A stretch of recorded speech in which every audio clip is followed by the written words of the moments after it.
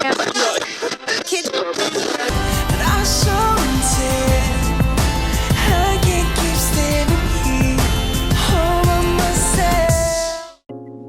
me today is Dan Harary. He is a musician, drummer, I should say, former stand-up comedian, author, writer, and founder of the Ashbury PR agency in Beverly Hills. He's here today, which I'm excited. He has released his debut memoir, Flirting with Fame. Welcome, Dan. Thanks, Christine. Thank you so very much for having me. It's great to be here. Thank you. Yeah, so congratulations. And you've been a publicist, I should say, for over 40 years in the entertainment industry. How does it feel being interviewed or on the other side? It's the oddest feeling in the world because I have done this for hundreds and hundreds of other people since 1982. And, I was a publicist is a behind the scenes person as a rule. A publicist, in my opinion, is like a matchmaker. And I mean, I'm in the entertainment space, but any publicist is like a matchmaker. In my case, it's me in the middle. I have clients or celebrities or events or red carpets or whatever I'm going to have. Those are the people that have a message or a story or a content or an interview. And then there's me. And then there's people like you or the New York Times or People Magazine or CNN or USA Today or AP. That's the media. So most people who are creative, I've had hundreds and hundreds of people that are very brilliant and very creative people. So they're great in their fields, film, TV, video, gaming, music, all those things. But they don't know how to express their message to the media. So when they hire me, I will write up their story for them because essentially I'm a writer. Mm-hmm. I came to LA, I was 24 in 1980. I wanted to be a TV comedy writer. That was my goal. It never happened. I came close a few times, but it just never happened. But along the way, I realized that a publicist is essentially a writer of stories for clients and celebrities and people who have interesting things to say. So when I write up my clients' news, let's call it their news, then I try to match it to the New York Times or People Magazine or CNN or whatever, people like you, podcasters. So a good publicist is sort of a behind the scenes character who is a matchmaker between a message and a media outlet. That's how I see PR. Yes, and you have music in your DNA. Absolutely. That's true. That really is true. Yeah. So tell us, I read in your book, your dad bought you a drum set. And this was in 1972? My dad bought me my drums in 1968. In 1968. Well, my dad, may he rest in peace, was a electronics engineer for the U.S. government, but his passion was he played the trombone in big bands like Glenn Miller and Harry Dorsey, Harry James, and Jimmy Dorsey, I forget. But he played big band music. And my mom was a school teacher, but her passion was singing and acting. My mother wrote and starred in plays. And she was a singer, a very noted singer. So when I was a little boy, from the ages of 7 to 10, I played classical piano. My parents gave me piano lessons. But when the Monkees, if you remember the Monkees came on TV in 1966, I was 10. And it completely changed my life. It blew my mind that these guys were playing rock and roll on television. And that's when I fell in love with the idea of playing the drums. So from 10 to 12, I studied drums with various drum teachers. And then when I was 12, I begged my parents to get me a drum set. And they did. And I still have it. It's a collector's item. It's a collector's item. But I played the drums from the age of 10 until now. You could probably see my electronic drums. Yes. Are right over there. So goodness. This blue one, that's my original bass drum from 1968. I still have it. So, do you practice every day? Once every few weeks for two reasons. One is when I'm playing electronic drums, it sounds like tapping, very loud tapping. So my downstairs neighbors, I have to make sure they're not home. And the other thing is I played drums and worked at rock concert halls for so many years that my ears are very sensitive now. Oh. So when I play these drums, I have headphones, I can adjust the volume, but I can only take it for about an hour. So I would say maybe an hour every few weeks. But it's so much fun to play because a drummer, I think drummers are born. I don't think drummers are made, drummers are born. I was born a drummer and I'm still a drummer. It's been 56 years I've been playing the drums. So. Yes. And Dan, has music, sent you or actually, helped you become a publicist? Was that the inspiration behind becoming a publicist? Well, when I wrote the book last year, I was about to turn 65, and I looked back and realized the very first celebrity I'd ever met in my life when I was 15. That was singer Richie Havens from Woodstock. I met him when I was 15, and I worked at a rock concert hall when I was in high school.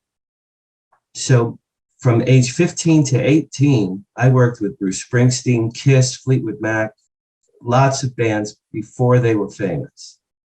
I used to ride my bike. I didn't even drive a car yet. So for 3 years, I worked with major rock stars. And that just elevated. I'm a rocker from the age of 10. I still listen to The Who and Led Zeppelin and Cream. I still listen to the same 15 songs my whole life. I went to college in Boston and I studied communications. I never intended to be a professional drummer. That was not my calling. My best friend is a professional guitarist and he still plays, and he owns a famous nightclub in New York now, where Lady Gaga was discovered. But music was his calling. My calling was writing. I used to write short stories in high school. My teachers always told me how good they were.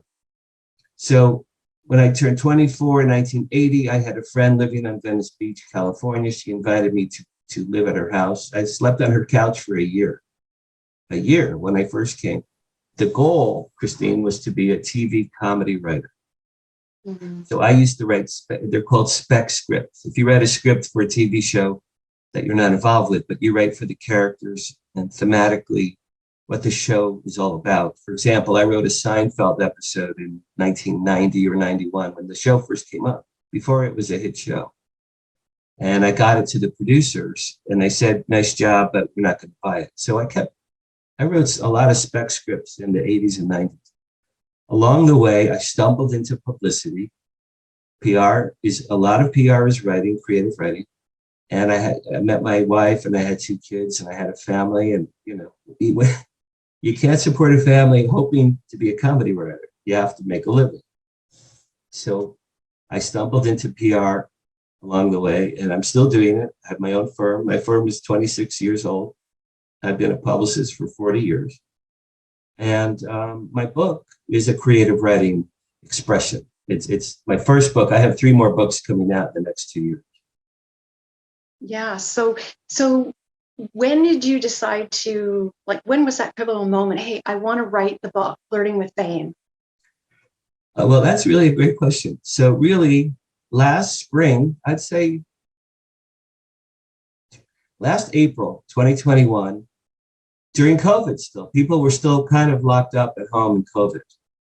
And I was looking at my 65th birthday in June, and I'm like, I have a poster of Richie Havens on my wall when I met him. He signed it. I still have it.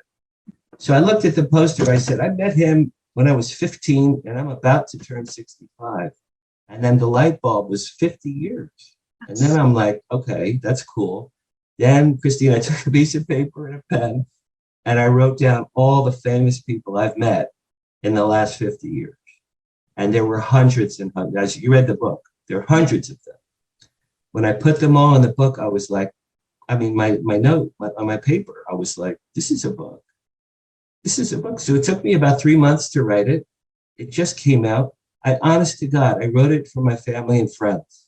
Oh. I never, in a million years, I wrote it I mentioned to a friend of mine who was an author that I had this crazy book. And he told me about a company in Florida that loves books about Hollywood celebrities called Bear Man, B-E-A-R, Bear Man. I emailed the guy, never heard of him in my life. I told him who I was. Here's a sample of my book. He wrote back 1 hour later, Christine, he goes, here's your contract, let's do it. Oh, wow, that's wonderful. So now it's exactly, he and I met last summer. So it's a year, it took a year to digest. I had to get a photos approvals. You saw the photos in my book of me with a lot of celebrities. I had to get photo approvals for all those photos. That took forever. That took about 6 months. Wow. So it was a challenge and a chore, but now that I'm on the other side, I'm so glad that it exists. You know? Yeah. So how does it feel having your memoir out? Like, does it feel surreal? Does it feel like? I did a book signing last September. I did a book signing Saturday, a few days ago, and all my friends and family came. It was at a Barnes and Noble store in Los Angeles, the biggest bookstore in Los Angeles. And I had quite a few people there, and I called it my second bar mitzvah. It was just really, it was so much fun. People were cheering and clapping and laughing. I have a lot of jokes and funny stories. And at the end, my daughter hugged me and she said, Dad, what'd you think? And I said, this is one of the best days of my life. So it was meant to be. It is surreal. I'm thrilled that I lived long enough to see this day. I wish my dad had lived long enough to see this day. Yes. And tell us some of the highlights in the book. From the book? Yes. Well, I think the highlights are, there's so many just serendipitous, I think would be a good word. I've met a lot of celebrities because of Hollywood events, but I've met a lot of celebrities just from real life. And none of my friends have. It's just it just seems to happen to me. But, you know, and looking back at 50 years, I worked with Bruce Springsteen in 1973 when I was 16, and he was not famous at all. He used to sleep on the beach. He didn't have a car. He had nothing. So I worked with Bruce Springsteen when I was in high school. I met Jerry Seinfeld in 1981 at a car wash, 12 years before he was famous. The funny stories are, I asked Arnold Schwarzenegger for an autograph for my son, and he did not want to give it to me. And he snarled and growled at me, and he did not want to give me an autograph. And I just said, please, Arnold, my son is 8 years old. Come on, you can do it. You can do it, Arnold. You can do it. He's like he did not want to do it. And I was not going to give up. So I got the autograph for my son. When I met Meryl Streep, I was so nervous. I called her the wrong name. I was shaking her hand, and I called her a different name. I called her the name of the woman standing next to me, Carla, because I was so nervous about meeting Meryl Streep. I'm shaking Meryl Streep's hand, and I said, hi, Carla. My name is Dan. Carla, to Meryl Streep. And she looked at me like, you know, the RCA Victor dog, you know, what? So, Julia Louis-Dreyfus from Seinfeld. I have a funny story about her on a red carpet. She had a new dress with a sales tag sticking out of her dress. And I had all of the world's media, CNN and New York Times, dozens of cameras. Julia's about to walk a red carpet with a tag sticking out of her dress. So I ran up to her, grabbed her. I go, Julia, you have a tag in your dress. She goes, oh my God, do something. So I ripped the tag off of her dress, and we started to laugh so hard we were crying. You know, I've peed in men's rooms with, you know, famous movie stars. It's just serendipitous and funny and offbeat and wacky, but yes, for whatever reason, it just seems like it was meant to be for me. It's like a karmic destiny for me. You know? Yes, no, it's wonderful. But was there like a really memorable, special one, like with Al Gore, or someone that really, that you're so happy, like meeting for the first time, or like I mentioned, Al Gore, or Anne Margaret? Anne Margaret was a thrill. It was only a few seconds, but I've had a crush on her for 50 years. And when I met her, I literally said, She came my way at an event. My friend had his camera right there. I knew he was going to get the picture. I said, excuse me. I said, I've been waiting 50 years to meet you. Can I get a picture? And she said, oh, isn't that sweet? So I was with her for 15 seconds. But yeah, meeting Anne Margaret was very cool. Meeting Steven Spielberg, I always knew I'd meet him someday. I knew it from when I saw Close Encounters, my favorite movie of all time. His mother used to have a restaurant 1 block down the street from where I live right now in Beverly Hills. His mom had a restaurant a block from my house. I used to eat there. His mom passed away. Anyway, when I met Steven, I said, Steven, your mother makes the best blintzes I've ever had in my life. And he goes, yeah, you're right. She does. So Steven and I bond. What's I going to say? E.T. is great, or Schindler's List is great, or Jurassic Park. People tell him that his whole life. I told him that his mother made great blintzes. And he said, yeah, you're right. She does. So that was my moment with Spielberg. Meeting Mel Brooks, a huge fan of Mel Brooks. I met him with my mother at an event. My mother and Mel Brooks went to the same high school in Brooklyn. So when I met Mr. Brooks, I said, Mr. Brooks, my mother went to your high school, and they spoke for about 15 minutes about high school in Brooklyn. So I've had some very wonderful moments like that. Yes. And Dan, what would you like people to take away from your book? I think the theme really is, and I mean this sincerely, not that there's nothing special about me. I'm a good creative writer, and I'm a good storyteller. People are telling me that I'm a good storyteller. I said, okay. My agent says I'm a gifted narrator. I'm like, okay, that's cool. But I'm like every man. I'm every man who came to Hollywood. I had $6. I had no car. I had no money, no connections, 1 suit. I had nothing. And years, and I knew I would make myself. My father said, you're going to make it in Hollywood. Hang in there. You're going to make it someday. The early years, I was penniless. There were days I didn't have food. So I knew that I was meant to be in Hollywood for whatever reason. And meeting major, biggest stars in the world. It's just, I see it, Christine, as every man. I'm not Bruce Springsteen. I'm not Jerry Seinfeld or Steven Spielberg or Howard Stern, who I went to college with. I'm every man. So I'm seeing these Hollywood stars through every man's eyes. And that's why my stories are funny, because I'm not anything great or terrific, but my stories are, So.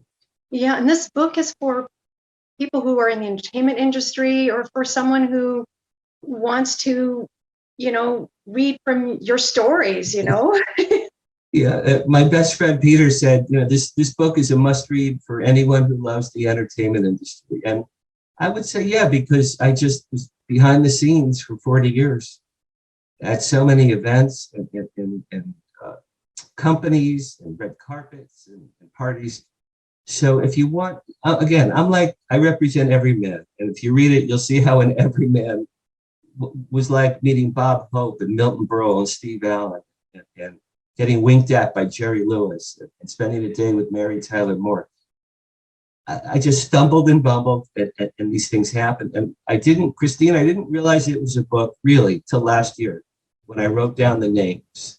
And I'm like, this is probably a book. It didn't even occur to me till last year. This might be a book.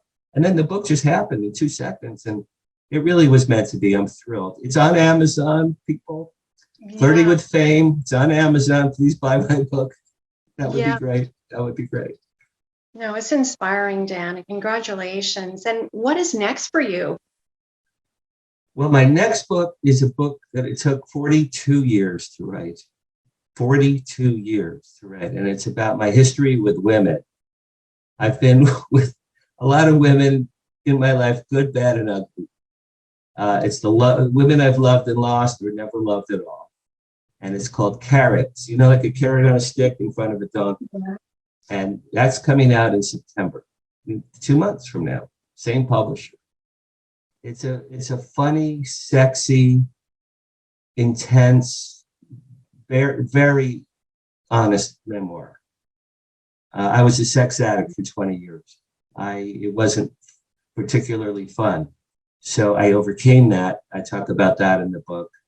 My wife and I had problems. We got divorced. That was unbelievably painful. I have 2 children that I'm close to.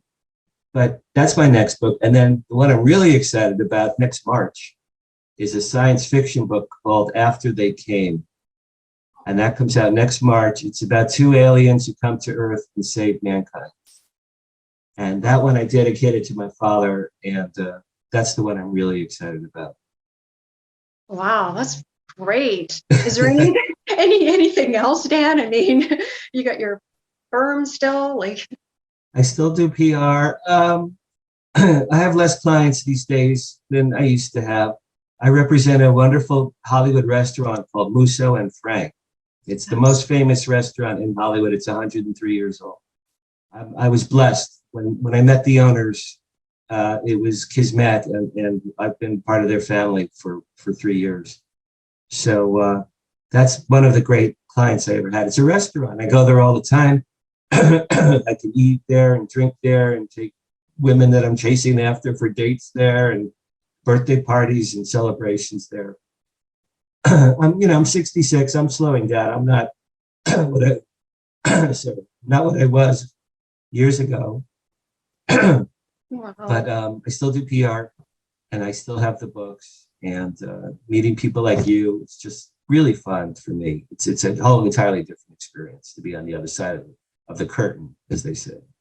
Yes. No, thank you, Dan. And if people want more information, get a copy of your book, they can go to your website or Amazon. Well, go to Amazon and look up Flirting with Fame, and you could put my last name, Harary, Harary. Flirting with Fame, Harary, Harary. You'll find it. There's 4 versions. There's black and white versions and color versions. And or Dan Harary, author. Dan Harary, author, AUTHOR, altogether.com. That's my author website. And it was a blast speaking with you today, and thank you for your time. Thank you.